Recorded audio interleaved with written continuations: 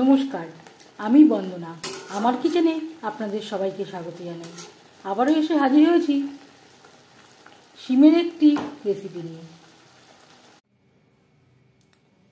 শিমের তরকারি তৈরি করার জন্য এখানে আমি নিয়েছি 400 গ্রাম শিম, যেটা আমি দুপাশে রাস ফেলে দিয়ে একটা শিমকে দু টুকরো করে কেটে নিয়েছি আর পরিষ্কার করে ধুয়ে নিয়েছি। আর নিয়েছি 150 গ্রাম ছোলার ডাল। ডাল আমি 4-5 ঘন্টা ভিজিয়ে রেখেছিলাম। ডাল বেটে নেব। এখানে নিয়েছি একটা পেঁয়াজ, 4-5টা কাঁচা লঙ্কা, 7-8 কোয়া রসুন।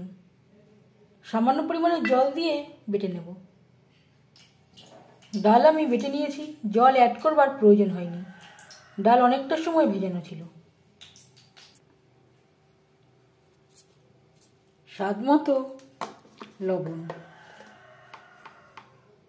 সামান্য পরিমাণে হলুদের গুঁড়ো। লবণ হলুদ ডাল বাটার সাথে বেশ ভালো করে মিক্সড করে দেব। 3টে টমেটো ছোটো সাইজের আমি নিয়েছি, সামান্য পরিমাণে জল দিয়ে বেটে নেব। আর দিয়ে দিলাম 4টে কাঁচা লঙ্কা। দিয়ে দিয়েছি বেশ খানিকটা রিফাইন্ড অয়েল। এবার দিয়ে দেব ডালের ব্যাটার। বড়া ভেজে নেব।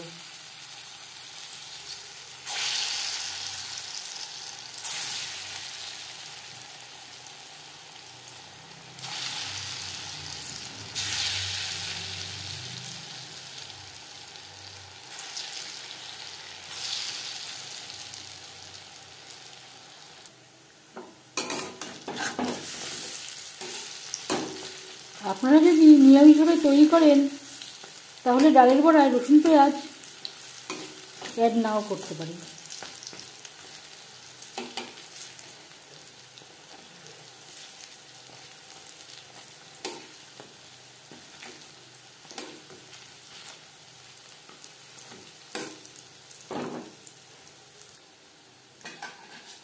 প্রথম ব্যাচের বড়া ভাজা হয়ে গেছে। একটা পাত্রে উঠিয়ে নেব। আমি এখানে ছোলার ডাল অ্যাড করলাম। আপনারা অন্য যে কোনো ডাল দিয়ে বড়া তৈরি করতে পারেন। বড়া ভেজে নেওয়া কড়াইতে আবারও তেল দিয়েছি। ফোড়নে দিয়ে দিলাম গোটা জিরে। জিরে ভেজে নেওয়ার পর দিয়ে দেবো টমেটো কাঁচা লঙ্কার পেস্ট। আমি আর আদার ব্যবহার করলাম না। আপনারা চাইলে এই রেসিপিতে সামান্য পরিমাণে আদার ব্যবহারও করতে পারেন, পেঁয়াজের ব্যবহারও করতে পারেন।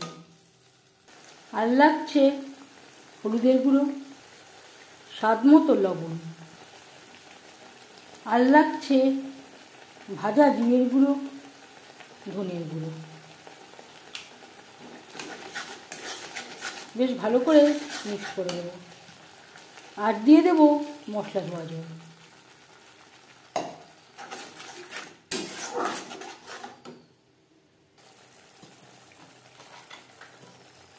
চার 5 মিনিট মশলা কষিয়ে নেওয়ার পর দিয়ে দেবো শিম।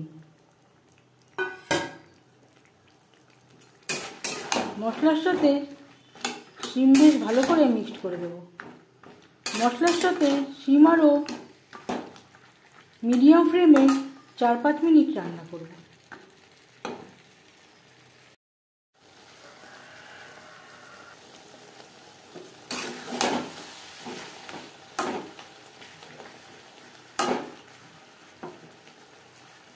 চার 5 মিনিট রান্না করে নেওয়ার পর দিয়ে দেব জল। জল কতটা অ্যাড করবেন সেটা সম্পূর্ণ নির্ভর করছে আপনার উপর। এখানে আমি একটু গা মাখা মাখা ঝোল রাখবো। গ্রেভির সাথে শিম বেশ ভালো করে সুসিদ্ধ হয়ে গেছে। এবার দিয়ে দেব ভেজে রাখা ডালের বড়া। আমি এখানে পুরোটা ডালের বড়া অ্যাড করলাম না, কিছুটা আমি রেখে দিয়েছি ভাত ডালের সাথে সার্ভ করার জন্য।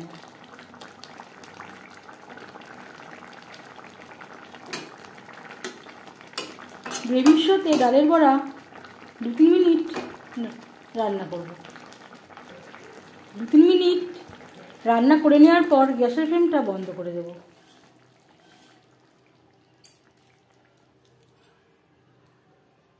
শিমের এই রেসিপিটি কেমন লাগলো অবশ্যই জানাবেন কমেন্টের মাধ্যমে।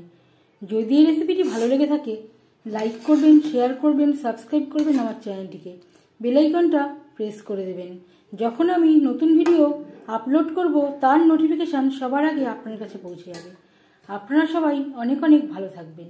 এই ভিডিওটি দেখার জন্য ধন্যবাদ।